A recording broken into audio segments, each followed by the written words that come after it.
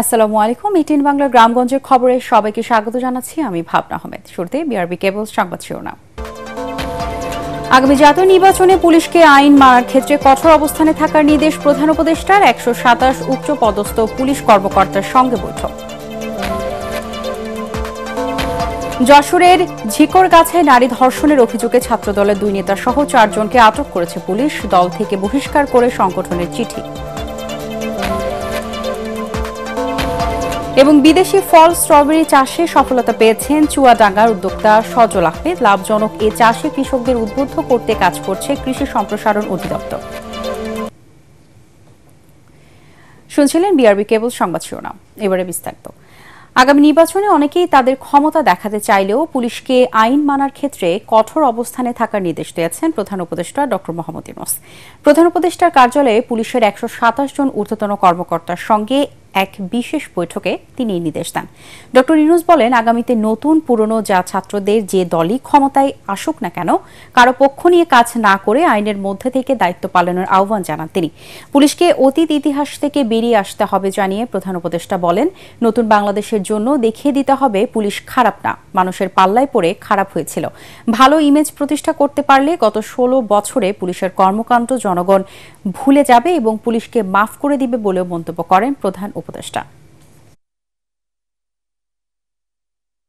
যেহেতু নির্বাচন আসছে, নানা রকমের সমস্যা হবে, নানা রকম চাপ আসবে, সবাই ডেসপারেট হয়ে যাবে, আমার ক্যান্ডিডেট জেতাতে হবে, ওর ক্যান্ডিডেটকে জেতাতে হবে। তুমি এখন আইন মানতে চাইলে তোমার উপরে খেপাখেপি করবে যে না কিছু তো আইন, তুমি আমার আইন দেখাও, এসব হবে। আমাদের সেখানে শক্ত থাকতে হবে, আইনের ভেতরে থাকতে হবে, যাতে করে যে সরকার নির্বাচিত হয়ে আসবে সে সরকার আইনের সরকার যেন হয়। আইনের মারফতে যে এসছে, যে আইন ভেঙে ভেঙে এসছে, সে সরকার কোনোদিন আইন রাখতে পারবে না। কারো কথা মানার দরকার নাই, না অন্তর্বর্তীকালীন সরকার, না অন্য সরকার যারা নির্বাচন করছে তাদের বিষয়ে কারো কথা। আইন যা বলে তুমি আইনের ভেতরে থাকো, তাহলে পরবর্তী সরকার আইন মানার সরকার হবে। আর যদি বলছে হ্যাঁ ওরা কি আছে, ওরা তো আসতেছে, ওদের কত মানুষ ছাড়া আমরা কি করব, তাহলে আমরা অন্যদিকে চলে গেলাম। যেই হোক, সে ছাত্রদের দল হোক, সে পুরানা দল হোক, নতুন দল হোক, কিছু আসে না। যশোরের ঝিকরগাছায় সংঘবদ্ধ ধর্ষণের শিকার হয়েছেন এক নারী। রোববার বিকেলে 3:30টার দিকে ঝিকরগাছা উপজেলার গদখালী ইউনিয়নের পটুয়াপাড়ায় এই ঘটনা ঘটে। এই ঘটনায় ছাত্রদলের 2 নেতা সহ 4 জনকে আটক করেছে পুলিশ। এই অভিযোগে রাতে ছাত্রদলের 2 জনকে দল থেকে বহিষ্কার করা হয়। পুলিশ জানায়, ওই নারী বেনাপুল থেকে খালাবাড়ি থেকে বাসে করে এসে গদখালী বাজারে নেমে ফুল ব্যবসায়ী আমিনুর রহমানের দোকানে গেলে সেখানে ওর 4 যুবকের সাথে পরিচয় হয়। তারা তাকে গদখালীতে ফুল বাগান দেখানোর নাম করে পটুয়াপাড়ায় একটি লিচু বাগানে নিয়ে সংঘবদ্ধভাবে ধর্ষণ করে। পরে 999 নম্বরে ফোন পেয়ে ঘটনাস্থল থেকে ধর্ষণের শিকার ওই নারীকে উদ্ধার করে পুলিশ। তার দেওয়া তথ্য অনুযায়ী আটক করা হয় 4 ধর্ষককে। ময়মনসিংহ নগরীর নতুন বাজার মোড়ে বহুতল গার্ডেন সিটি ভবনে অভিযান চালিয়ে Arakan Rohingya salvation army Archer 4 জন সন্ত্রাসীকে আটক করেছে র্যাব। এর মধ্যে 2 জন পুরুষ ও 2 জন নারী সহ 2টি শিশু রয়েছে। সোমবার মধ্যরাতে ভবনটির 10 তলার এ ব্লক থেকে তাদের আটক করা হয়। এ সময় তাদের কাছ থেকে বিপুল পরিমাণ টাকা উদ্ধার করে আইনশৃঙ্খলা বাহিনী। মাগুরায় বিপুল পরিমাণ অস্ত্র, গুলি ও হাত বোমা সহ 3 জনকে আটক করেছে সেনাবাহিনী। গতরাতে শহরের পারনান্দুয়ালিতে অভিযান চালিয়ে এসব অস্ত্র উদ্ধার করা হয়। উদ্ধার করা অস্ত্র ও অন্যান্য সরঞ্জামের মধ্যে রয়েছে 2টি 1 শুটার গান, 10 রাউন্ড তাজা বুলেট, একটি এয়ারগান, এয়ারগানের 60টি বুলেট, পুলিশের লুট হওয়া একটি টিয়ারশেল, 8টি হাত বোমা, 2টি চাইনিজ চাপাতি, 5টি দেশীয় ধারালো অস্ত্র, 5টি মোবাইল এবং একটি ল্যাপটপ। আটককৃতরা হলো পারনান্দুয়ালি এলাকার আব্দুল মজিদের ছেলে মারুফ হোসেন, একই এলাকার সালাম হোসেনের ছেলে লিখন হোসেন ও পারনান্দুয়ালি গ্রামের আতিয়া রহমানের ছেলে আশিকুর রহমান। পরে তাদেরকে মাগুরা সদর থানা পুলিশের কাছে হস্তান্তর করা হয়। রাজধানী সহ দেশের 12 জেলার উপর দিয়ে বইছে তাপপ্রবাহ। ঢাকা, ফরিদপুর, মানিকগঞ্জ, রাজশাহী, পাবনা, সিরাজগঞ্জ, রাঙ্গামাটি, খুলনা, বাগেরহাট, যশোর, চুয়াডাঙ্গা, কুষ্টিয়া ও পটুয়াখালী জেলার উপর দিয়ে মৃদু তাপপ্রবাহ বয়ে যাচ্ছে। তীব্র গরমে হাঁসফাঁস দশা মানুষের। আবহাওয়াবিদ ডক্টর মোহাম্মদ ওমর ফারুক জানিয়েছেন, বাতাসে জলীয় বাষ্পের আধিক্যের কারণে অস্বস্তি অবস্থা বিরাজ করছে। বুধবার পর্যন্ত এই তাপপ্রবাহ অব্যাহত থাকবে। আবহাওয়া অধিদপ্তর জানিয়েছে, রোববার দেশের সর্বোচ্চ তাপমাত্রা রেকর্ড করা হয়েছে সিরাজগঞ্জের বাঘাবাড়িতে 37.7 ডিগ্রি সেলসিয়াস। স্ট্রবেরি বিদেশি ফল হলেও বাণিজ্যিকভাবে চাষ করে সফলতা পেয়েছেন চুয়াডাঙ্গার কৃষি উদ্যোক্তা সজল আহমেদ। অপ্রচলিত ও উচ্চ মূল্যের ফল হওয়ায় লাভজনক চাষে পরিণত হয়েছে স্ট্রবেরি। পুষ্টি সমৃদ্ধি হয় দেশের বাজারে রয়েছে এর ব্যাপক চাহিদা। স্ট্রবেরি চাষ কৃষকদের মাঝে ছড়িয়ে দিতে কাজ করছে কৃষি সম্প্রসারণ অধিদপ্তর। চুয়াডাঙ্গা থেকে রফিক রহমানের রিপোর্ট, জানাচ্ছেন আশিকুর রহমান। নভেম্বরে চুয়াডাঙ্গার জীবননগর উপজেলার মানিকপুর গ্রামের কৃষি উদ্যোক্তা সজল আহমেদ বাণিজ্যিকভাবে স্ট্রবেরি চাষ শুরু করেন। 6 বিঘা জমিতে রোপণ করেন 40,000 স্ট্রবেরির চারা। প্রতি বিঘা জমিতে স্ট্রবেরি চাষে খরচ হয় 70 থেকে 80,000 টাকা। নিয়মিত পরিচর্যায় জানুয়ারি মাসের প্রথম সপ্তাহে গাছে ফুল আসতে শুরু করে। এখন সাদা ফুল আর পাকা লাল স্ট্রবেরি ফল শোভা পাচ্ছে গাছে গাছে। জানুয়ারি মাসের শেষের দিকে ফল সংগ্রহ শুরু হয়েছে, চলবে এপ্রিল মাসের মাঝামাঝি সময় পর্যন্ত। বাজারে প্রতি কেজি ফল বিক্রি হচ্ছে 500 থেকে 550 টাকায়। 50,000 গাছ লাগাইছি। এর মধ্যে আছে বাড়ি 1 আছে, বাড়ি 2 আছে, আমেরিকান ফেস্টিভাল আছে, আর আমেরিকান কার্নিভাল আছে।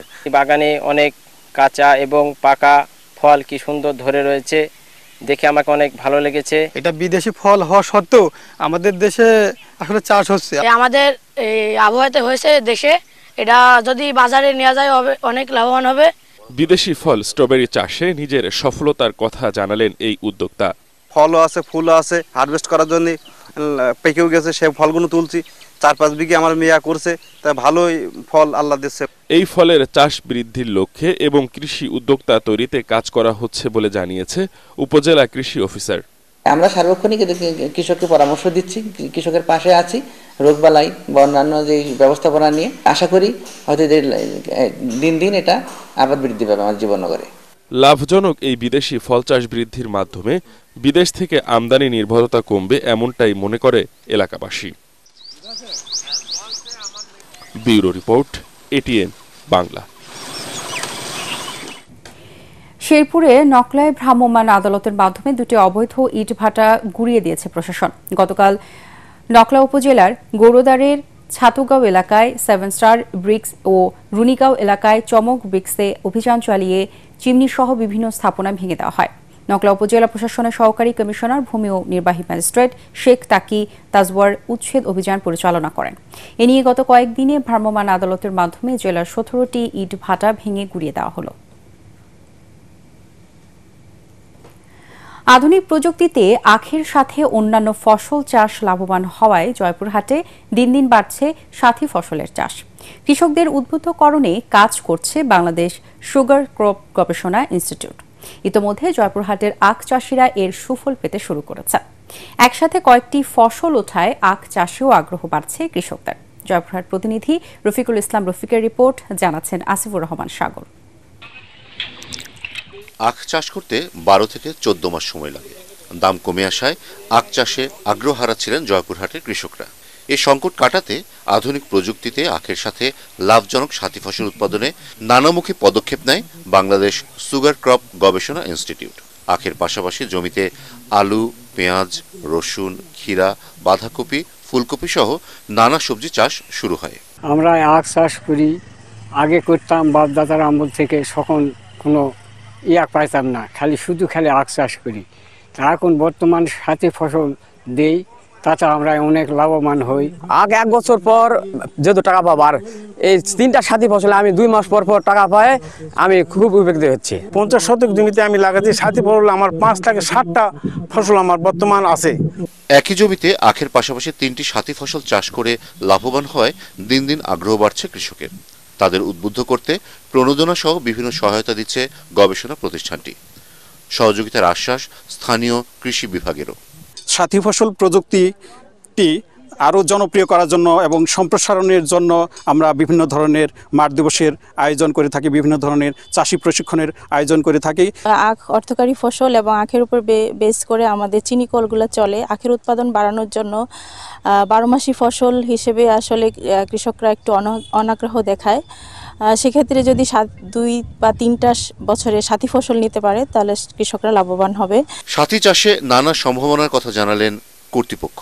জয়পুরহাট সুগার মিল আগে যেভাবে চলতো তার থেকে অবশ্যই 1 মাস হলেও বেশি চলবে এই আখের সাথে সাথী ফসল এই আবাদ বৃদ্ধি করার মাধ্যমে। চাষিদেরকে দেখা যাচ্ছে যে তাদের আয় বৃদ্ধির জন্য এবং তাদেরকে টিকিয়ে রাখার জন্যই যে তারা যাতে উদ্বুদ্ধ হয়ে আখ ফসলের সাথে এই স্বল্পমেয়াদী ফসলগুলো আবাদ করতে পারে। সাথী ফসল চাষের সুযোগ সৃষ্টি হয় জয়পুরহাটের আখ চাষিদের সামনে কৃষি উৎপাদনের নতুন দিগন্ত উন্মোচিত হয়েছে বলে মনে করছেন সংশ্লিষ্টরা। Bureau report, ATN Bangla. গাছ সুরক্ষায় হবিগঞ্জে মাসব্যাপী পেরেক অপসারণ কর্মসূচি শুরু করেছে জেলা প্রশাসন এবং বন্যপ্রাণী ব্যবস্থাপনা ও প্রকৃতি সংরক্ষণ বিভাগ। এ উপলক্ষে জেলা প্রশাসকের কার্যালয়ে এক অনুষ্ঠানের আয়োজন করা হয়। জেলা প্রশাসক ডক্টর ফরিদুর রহমান, বিভাগীয় বন কর্মকর্তা ডক্টর জাহাঙ্গীর আলম ও জেলা বাংলাদেশ পরিবেশ আন্দোলন বাপার সাধারণ সম্পাদক তোফাজ্জল সোহেল সহ অন্যান্যরা অনুষ্ঠানে বক্তব্য রাখেন। পরে জেলা প্রশাসকের কার্যালয়ের সামনে ও বৃন্দাবন সরকারি কলেজ সহ বিভিন্ন স্থানে পেরেক দিয়ে সাঁটানো বিলবোর্ড এবং ফেস্টুন অপসারণ করা হয়।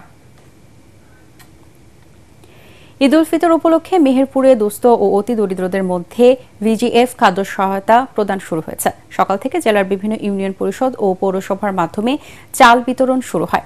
জেলার 3টি উপজেলা ও 2টি পৌরসভার ৬৭,৪২২ জন এই ভিজিএফ খাদ্য সহায়তা পাবেন। তাদের প্রত্যেককে 10 কেজি করে চাল দেওয়া হবে। ঈদের আগেই এই কার্যক্রম সম্পন্ন হবে বলে জানিয়েছেন সংশ্লিষ্টরা।